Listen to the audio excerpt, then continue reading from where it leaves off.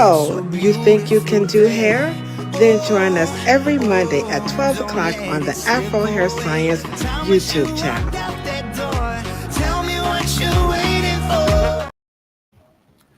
Oh, oh, what are you waiting for? Before you walk out the door. What's up, good people? How y'all doing out there? It's me, your homegirl, Adosha Wright, aka Lolo. And right over here, y'all know who, oh, wrong finger.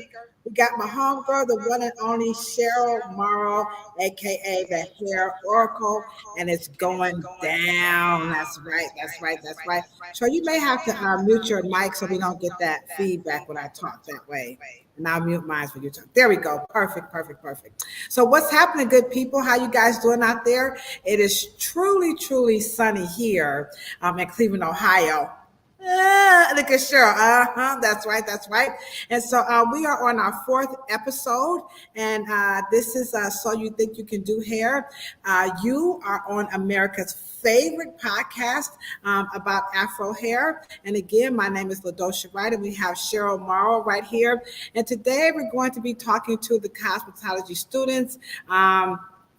About the role that social media is having on cosmetology education. So I can't think of a better person to really talk about the role of social media than Cheryl, because you know Cheryl is all up on AI and all this stuff that I'm not. So cosmetology students, this topic is brought to you by none other than Miss Samaria Smith, and she is our intern here. And all of this was her idea, that we have conversations that are specific to cosmetology students. And so she brought out a whole slew of questions that she had. So to make sure we get her questions answered before she graduates, because she will be graduating from cosmetology school here in Cleveland. And so, of course, I plan on supporting her to help her, get those licenses. So we wanted to make sure we got her questions answered. After all, this was her idea. So make sure you like, share, and subscribe to the channel, and we're going to get this conversation going. By the way, this podcast is strictly for 1 hour, because we know those students have to get back to their classes, or get to their next destinations. And so we want to make sure that we're mindful of their time, and we give them exactly what they came here for. So I see we got some people in the chat, so go ahead on and hit that thumbs up button. And we're going to go ahead on and get ready. And let's talk about the role that social media, particularly YouTube and TikTok. I don't think young people are on Facebook, but we're on Facebook because the old teachers are on Facebook. So I think it's mostly TikTok and YouTube is where people are going to get the information. So Cheryl, I'm going to mute my mic, and let's get started, and let's talk about the your thoughts about the students' concern. Why should we be bothered with this big old book? When you got people going on YouTube and they're learning what we're learning in the book. So, are they learning what they're learning on YouTube? Is the concern legitimate? So, let's just hop right into the topic. I don't know if it's legitimate, but what I do know is that practical cosmet well, the people who created cosmetology regulations and education, they're meaning for you to learn the basics, the fundamentals, right? What you have on YouTube is basically things that are akin to, I guess, the new natural hair care world of whatever tried and true personal preview reviews, the do's and don'ts. That is not the basic structure of cosmetology. And so those are coming from, I guess, personal reviews and trials and do's and don'ts. But cosmetology principles, well, those are in the book for lack of having exposure to other books. Those are basically industry standards that have been tried and true over a 50 to 65 year period. So that's the difference.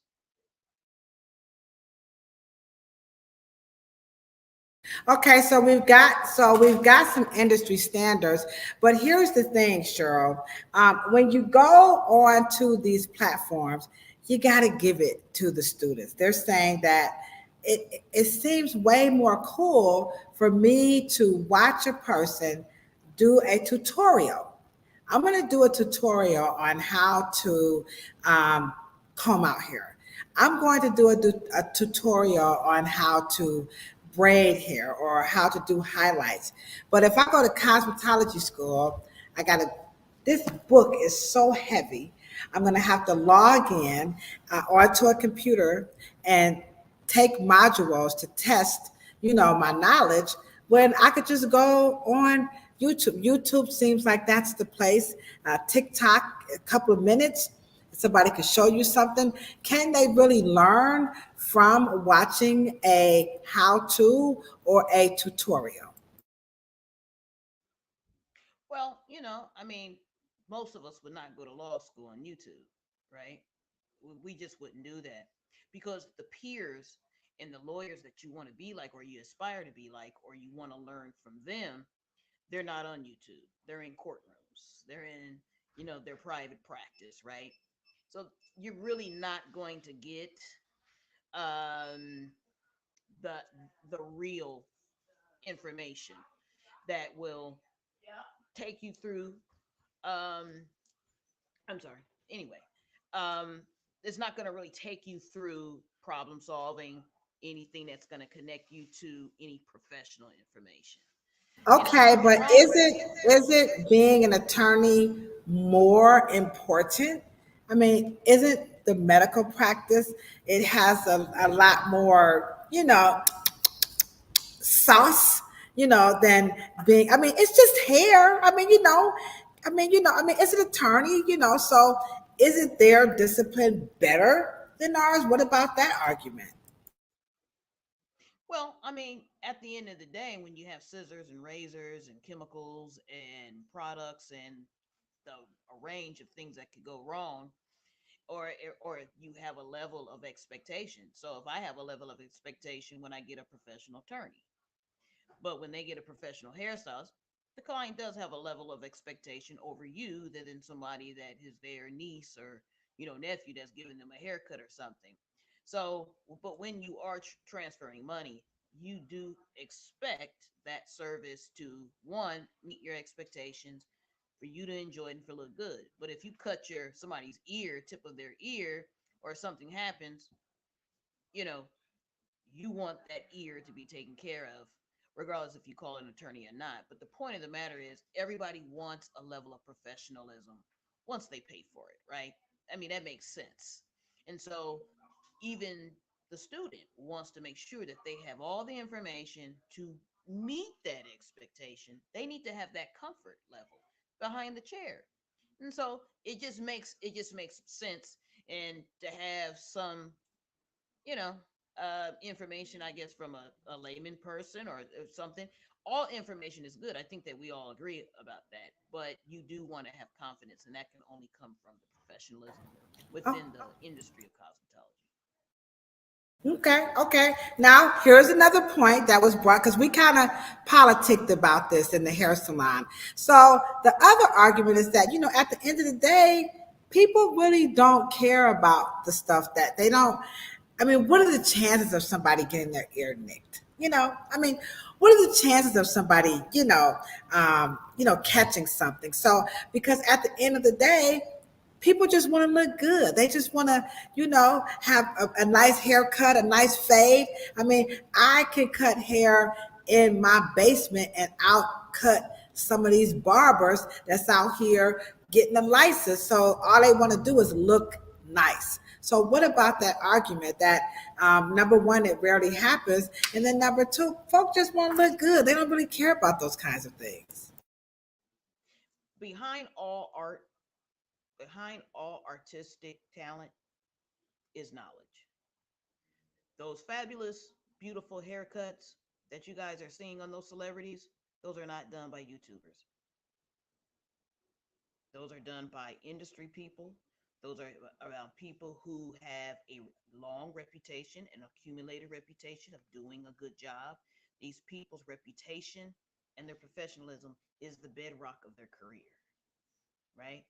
And so even though a industry knowledged, well-informed, educated person can learn from a tutorial, it's just that a person who just has the tutorial and the talent doesn't quite have the other information that really protects their business, protects their reputation, protects their business. Your skill set is your business, but it's an accumulation of quality that guarantees your clientele coming back and coming back and coming back and growing and expanding your businesses. That is within the industry in terms of tried and true measures and methods and techniques that work over a period of time. And so behind all artistic endeavors is knowledge. Okay. So you're talking about a person has to have the credibility. Well, those credible people, they don't have 10K followers.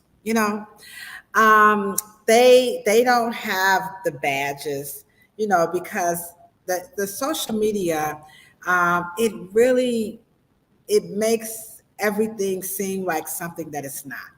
So a person, could have 10,000 followers or a million subscribers or whatever. But the information that they're putting out, they're giving this information I'm not saying just because they have a million people following them, that they have a million people watching them live. I'm not that foolish. But I think the attraction, the lure that social media gives people who are trying to build a career, whether it's fake or real, I mean, it's hard for the youth to really kind of stay focused in a school setting when you have that type of an attraction, an enigma, and it looks very good. So let's speak to number one, just the superficial part, of social media. And then two, can the schools do something different, to make cosmetology and barbering education? I don't want to say compete with that because I know that's not where school needs to be, but just to do something different in that space. So let's go there with the whole attraction of how everything just looks with the followers. And then what do you think cosmetology schools can do to help, just kind of address that concern that, you're not teaching me this. So I'm going to go over to YouTube because I'm anxious and she's got a million followers. So I want to see what she's saying. Well, let's be clear. Your followers are not people in your community that's going to be putting money in your pocket. You're not going to do people on social media. You're not going to be doing people on social media. A follower can be in New York and your ass be in San Antonio. Who cares?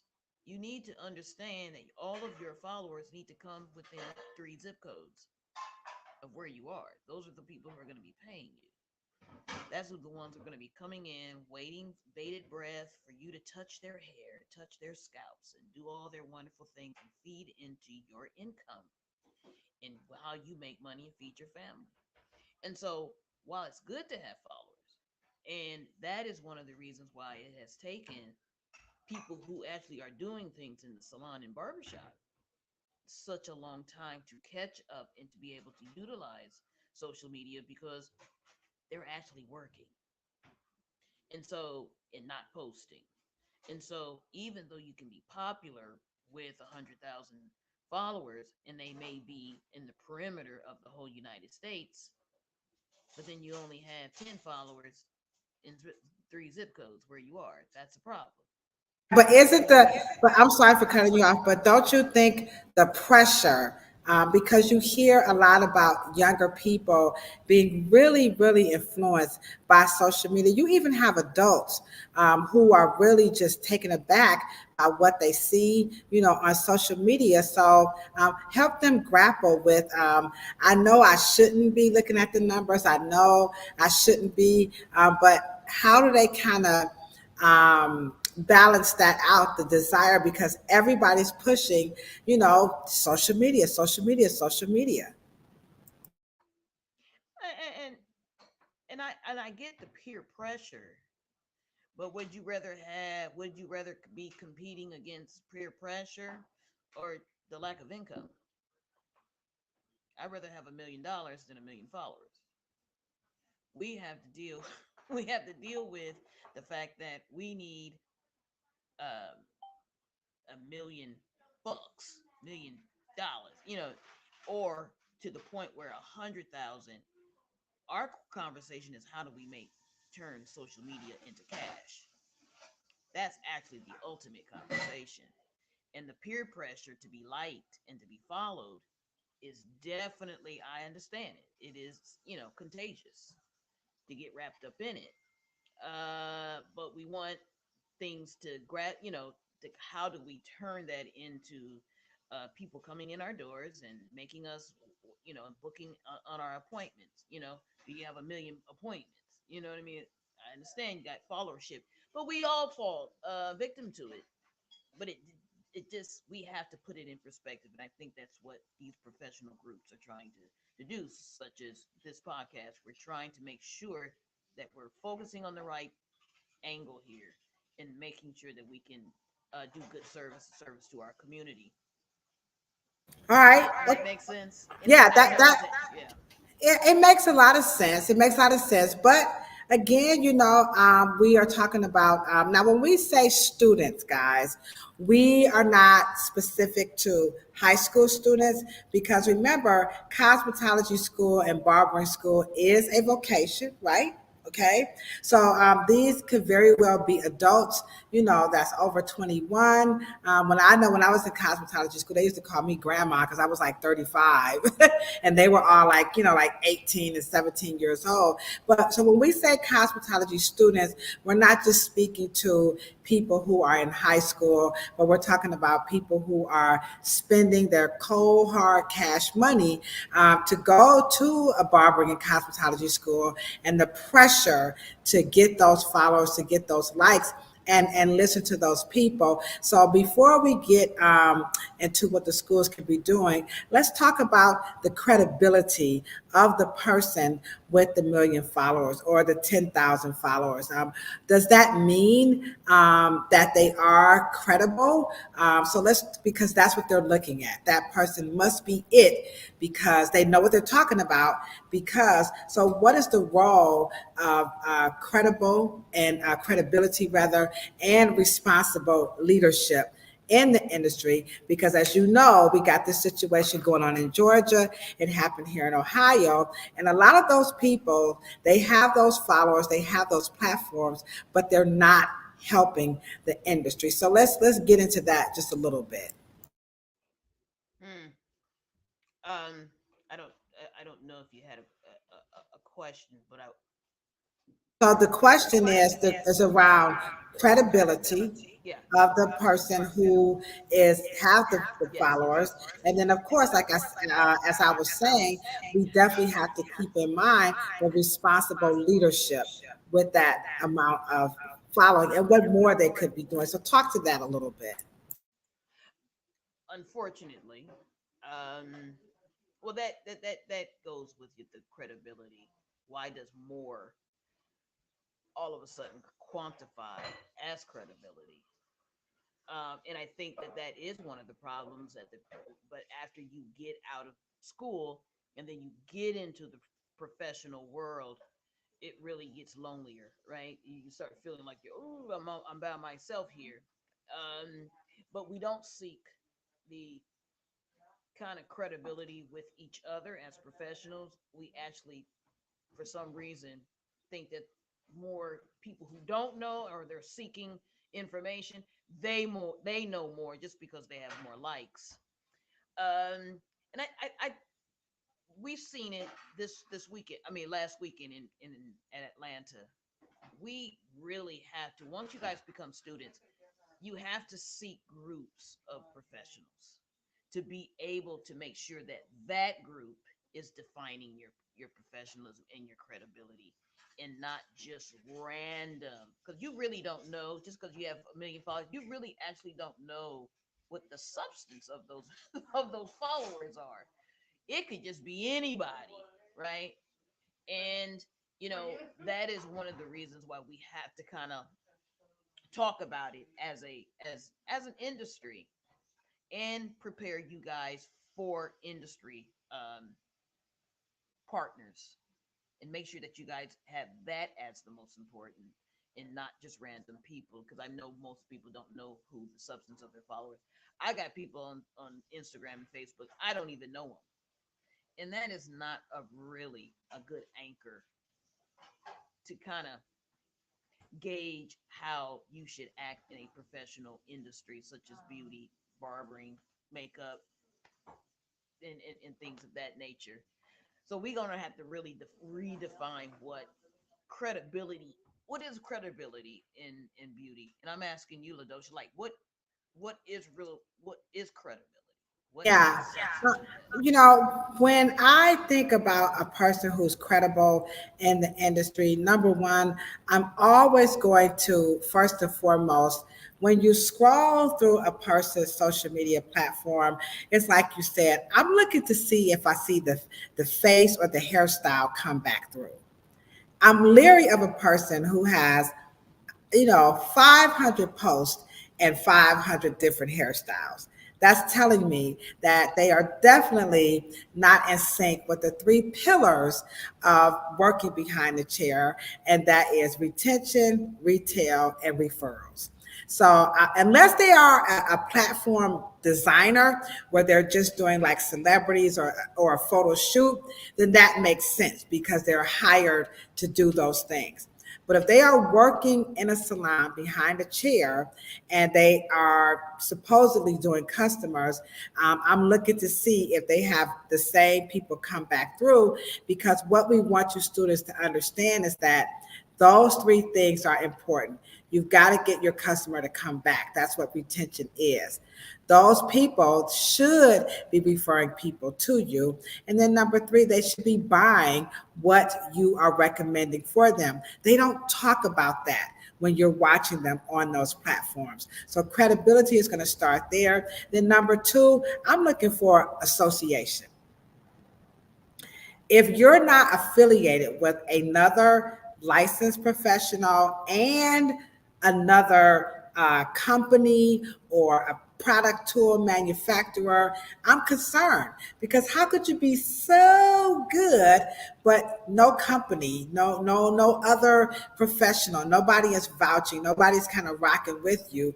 I'm a little bit concerned, because you're just not in the throes of the real world of being a barber and a cosmetologist. So students, we don't want you to be duped by people who are not doing the work. Now, everybody is not gonna leave their job on Monday and travel to Georgia and get on an airplane from San Diego and go help our fellow cosmetologists out in Georgia. That is not the norm. So Cheryl and I, we definitely are not saying that what we're doing is the coup d'etat, or that you should do what we do.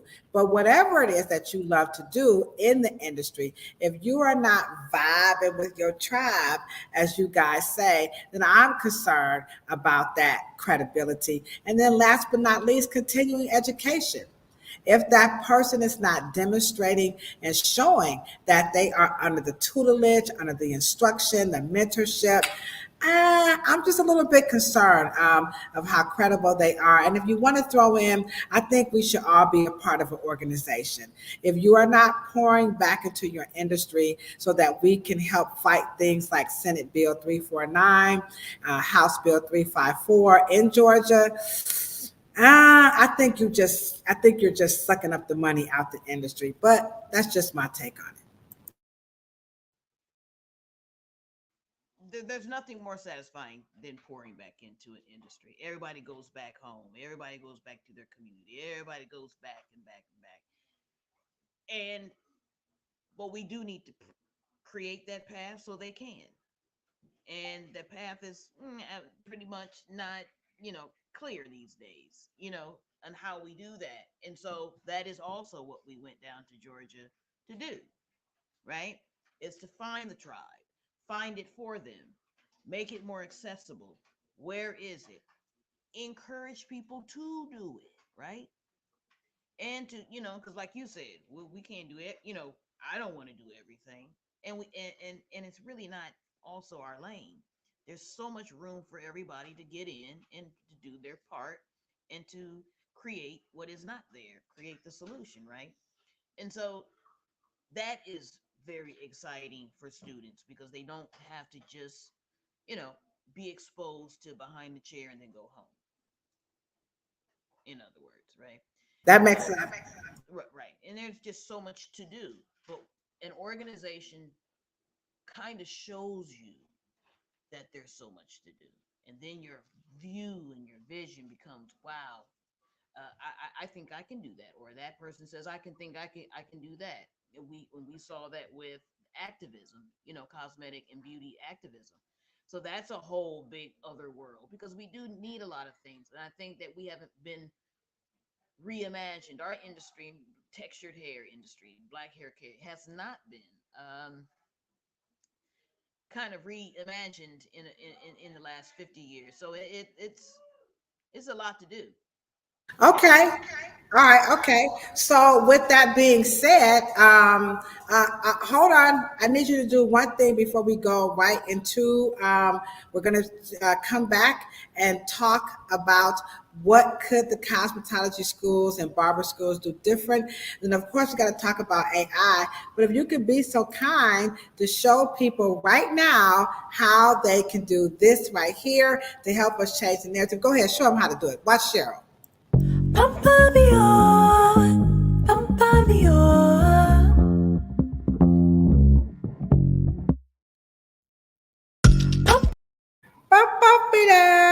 So yes, so we see you guys in the chat. Thank you so much for rocking it out with us.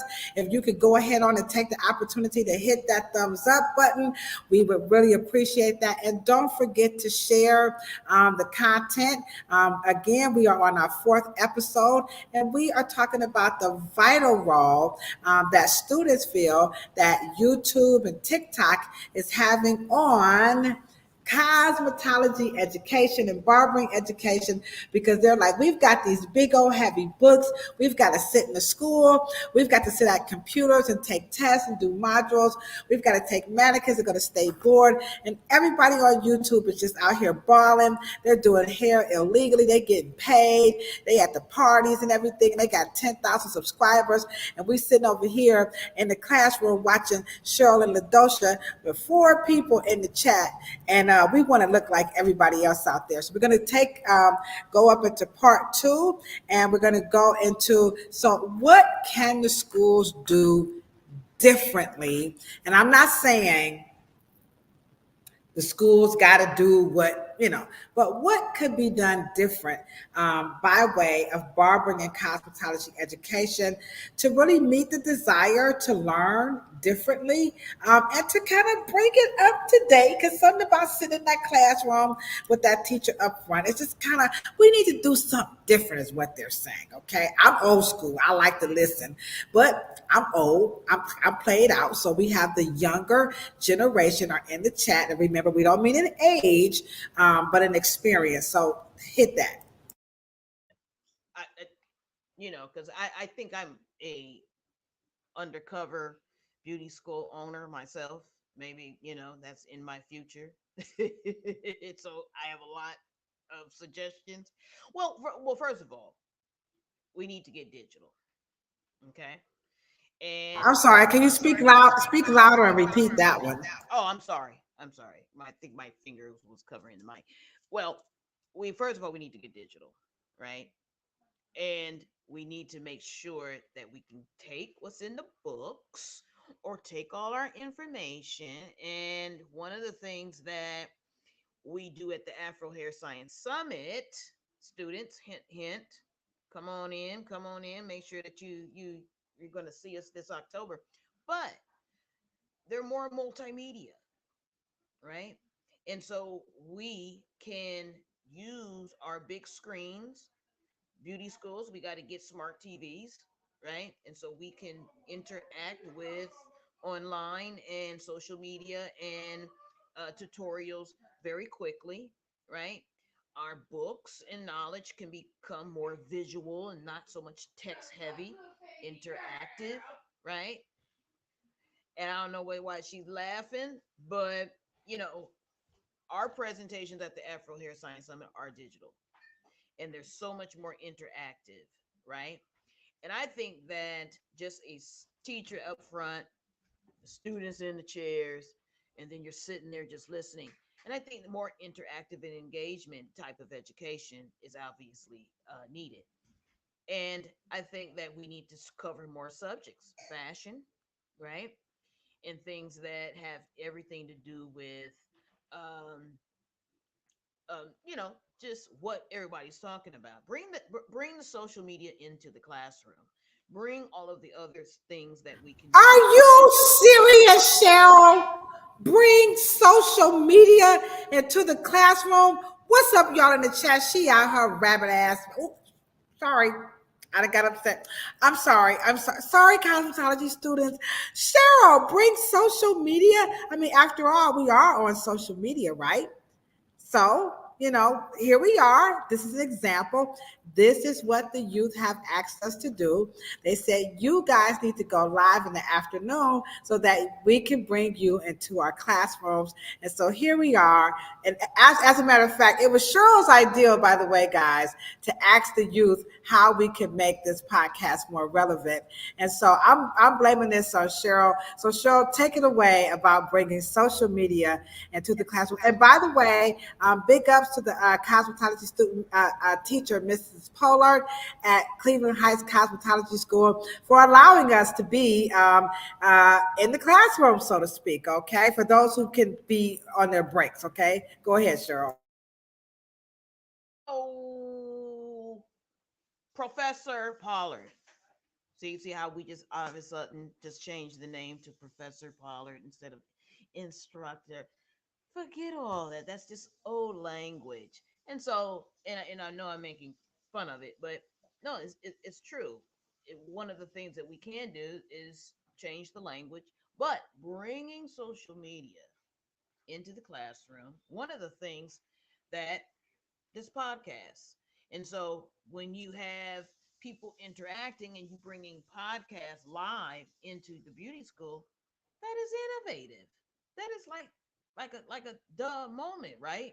And so just like you can bring other podcasters, bring them live to the actual school and actually create a podcast around your school to the point where each other can engage, and talk about their experience. Why go to this beauty school versus someone else's? But and also, let me just say this: I am such a stickler. I think my education is, my teaching is absolutely excellent. However, but review other YouTubers' videos right there in the school. Like, just review it right there and say, are they doing it wrong or right? You know what I mean? And actually discuss them so you guys can get the myth, right? And all of the bad and misinformation. And then you guys will be able to debunk things right then and there, live, fresh, boom. And there's so many things.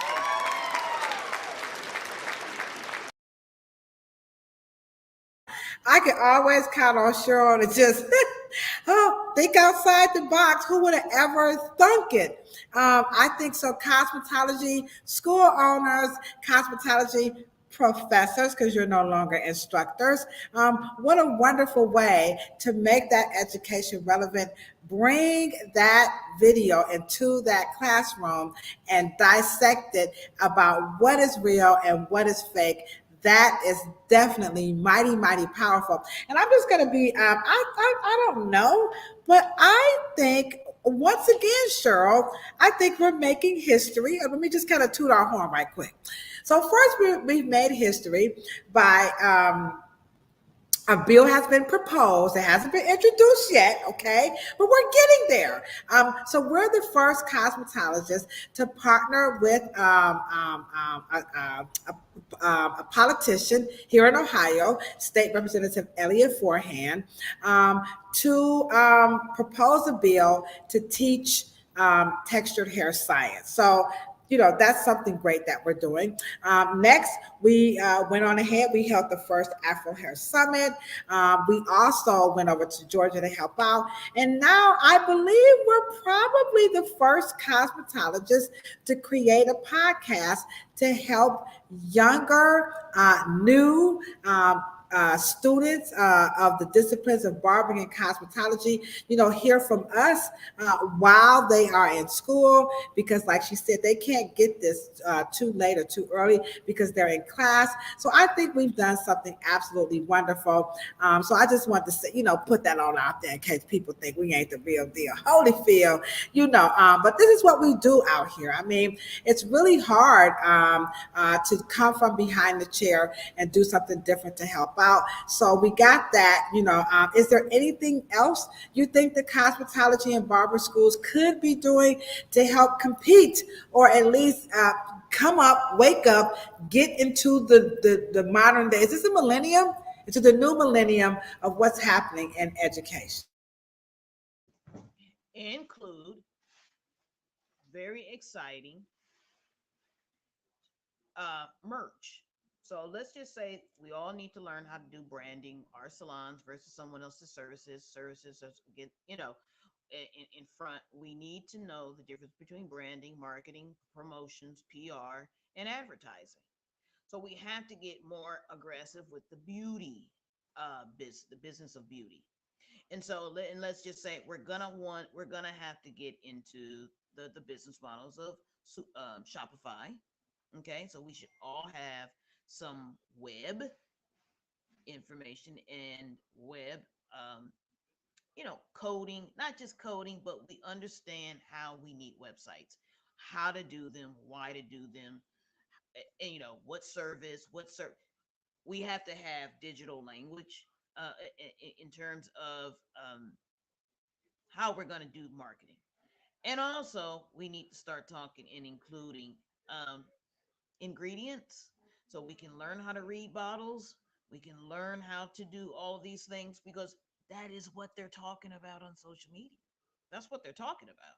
They're talking about, oh, did you do? So now we need to have and include cosmetic labeling, just how to do, just well versed. And this is all light, so they'll know their way around once they graduate. And so I believe that everything that social media is talking about, excuse me, is talking about, we need to have some courses that are dealing with the do's and don'ts, because as a professional you have to know the truth and not be caught up in all of the rhetoric. But we can talk about the trendy conversations. Your job is to get all the fat out and get the truth. And so if why can't we include those courses in beauty school? All right. So, cosmetology, barber students, nail techs, School of Aesthetics, drop in the chat. What do you think about your school incorporating some videos into the classroom instruction and critiquing what you're seeing and using the education that's in the book to validate if what we are watching or what you guys are watching is correct or not? Also, you can read the ticker in the bottom. What if your barbering and cosmetology school had a course where you can learn about websites and coding? Or what if your barber and cosmetology school had an option for you to learn about merchandising, how to, sell your own stuff and learn more about ingredients? That's pretty interesting. And I can tell you, when I was preparing for my testimony down here in Ohio, I found so much research about what was happening overseas, in other parts of the world in cosmetology that's just really making Americans, we're looking pretty antiquated here. So as much as I'm like, I'm old, something about the books, and that daggone highlighter and those note cards. It just makes me feel like, but you know what? They're doing so many different things. We're going to try to connect with some schools overseas and let them share with us, what they're doing and why they are making those types of decisions that Cheryl is talking about. So with that said, we got about a few more minutes. We're going to make sure we're respecting their time. Let's go into AI. Everybody, including me, I'll admit I'm very afraid of AI because I keep thinking about that I robot with a robot. I do. I'm such a sucker. So artificial intelligence. We met Maxine. What was Maxine's? Kane, Dr. Maxine Kane. We went to the Bronner Brothers Hair Show. She gave a wonderful presentation on what her company is doing by way of AI to help us with our consultations, formulations, pictures, and so on and so forth. I don't like it. I don't. I'm afraid of it. So, but I'm old. So, Cheryl, wrap us up with AI. Can it really help barbers, cosmetologists, nail techs, and estheticians? What can AI do for us? So much. And just sharing with the whole concept of, I think she created it for BCPA, right? And it's called Glam Tech, right? And Glam Tech, it's such a fascinating, I like the word anyway.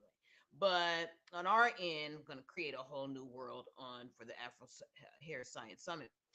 Let me just say this: AI is like the cotton gin, right?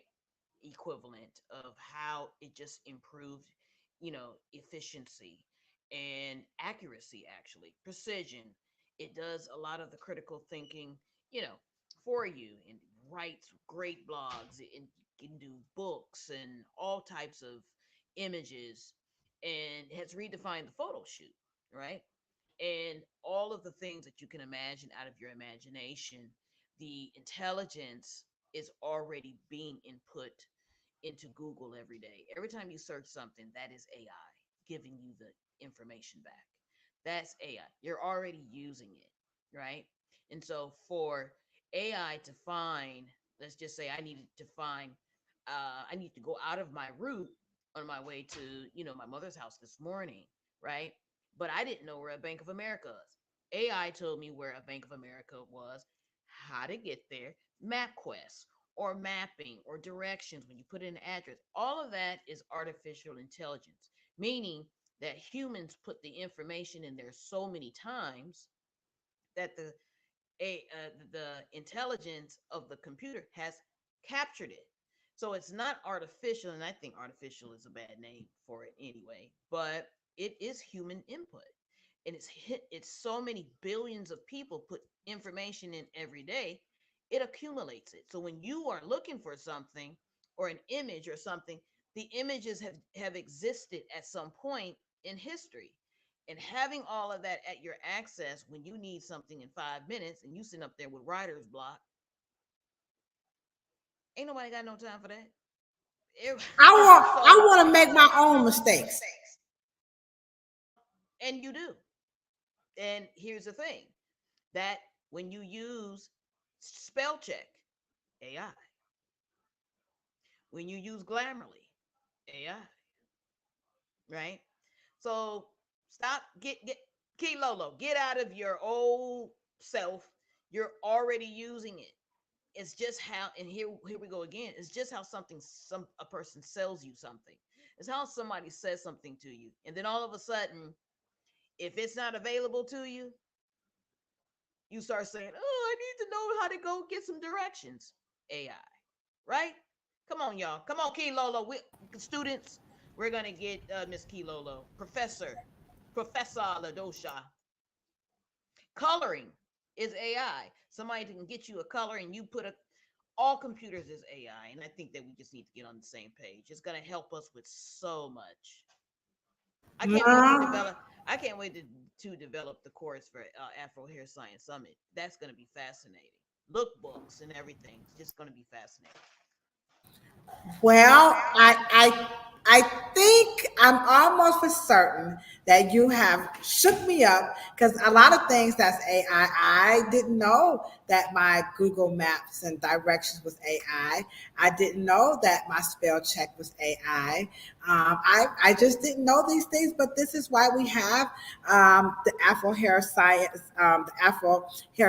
YouTube channel, because after all, like she said, it's time for us to move along. And I just want to commend the barber and cosmetology students for really pushing us to get off of our big old butts or our flat booties or whatever, and make the industry more relevant, and make it more exciting. Because I think what you're saying, Cheryl, is that if we do that, perhaps we can attract a higher or a different type of a person to enter the industry, since we're always complaining about how ghetto and folks ain't doing, there's a lot of, negatives in the industry. So maybe if we just go ahead on and raise the bar and do something different, we can attract a different type of a person who would want to become a barber and cosmetologist. What do you think about that?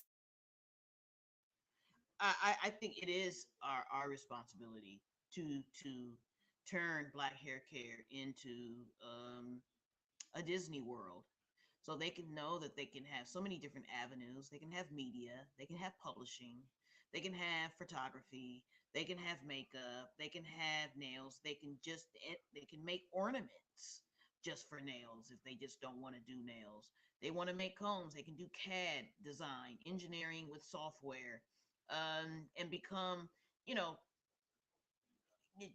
specialists in merchandising, how to put products on a shelf, how to make signage, how to make graphics, how to do all of the wonderful things that are going to make them successful in the industry. And it's our ultimate responsibility to show them that world and the options, that if you want to get your feet wet and stand behind a chair about 6 or 7 years, do that. Create a good income for yourself, take care of your family and yourself, and also, but become an author like you did, Ladosha, and myself. Do other things that expand this business. This is going to be a long career for you. Don't stay in the same discipline. You don't have to stay in the same category, but you can exercise it. And that's one of the reasons why I use my dad and Mr. Morrow as the consummate 360-degree career. He did everything that you could possibly do. He didn't just stick to one. And so formulation is easier with AI because the AI already has the components and the in the molecule. It's already basically there, and if you know how to talk to it, it will definitely give you what you want. The output is limitless. And so, Afro Hair Science Summit is gonna be a little different this year. It's gonna have more, but we're gonna really take our time. I think, Ladosha, this year to make sure that it's really impactful and exciting. So I look forward to seeing y'all. All right. Okay. So we are about to go ahead on and wrap it up. Ms. Foster is in the chat.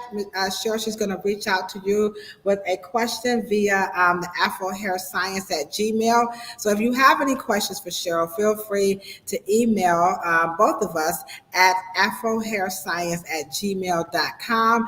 And don't forget, come back here on this platform. We're just going to go ahead and say we're going to be the hub for the entire nation. All right. We're going to go ahead. I know y'all like, you guys are crazy, but what the heck? The other places are everybody, there's a lot of places to go. So come here so that you can get the facts about what's happening in the industry while you're in school. You're thinking about, doing it, behind the chair and beyond. The Afro Hair Science YouTube channel, live streaming shows is where you're going to get all of your information at.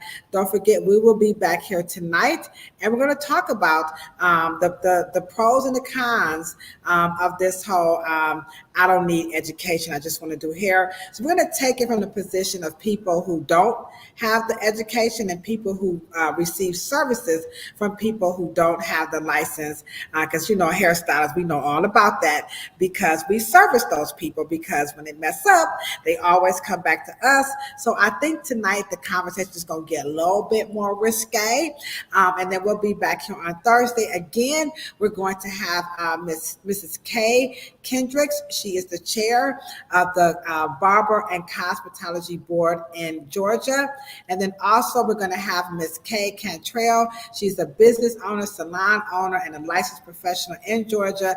And she, we went with her to help, get that 349, some pushback, which we were very, very successful. And so we really, really appreciate you guys for joining us. Don't forget to like, share, and subscribe. Drop your questions in the chat. Cosmetology and barber students, stay strong. Cheryl, Mara, and I, we got your back. You want to close us out with anything, Cheryl, before we get ready to go? And again, the topic was all about will YouTube and TikTok replace the barbering and cosmetology education, or compete and all that good stuff? I think it's a good companion. I think it's good to be aware of styles and trends and things that are happening into the population. But make sure that you always understand you're a leader, and you can't lead focusing on what other folks is doing. You have to use your own mind while you're in school. Make sure that you do one thing that is so important to every element of everything that you'll do. It's called creativity. And behind creativity and artistic endeavors is the undying search for knowledge. And don't forget to dream. That's it. Okay, so that's good enough. You know what we say when we're signing out, right, guys? Good, better, best.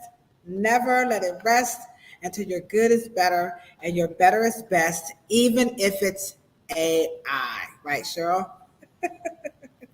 All right, guys, we'll see you at 6 o'clock tonight. Enjoy your day.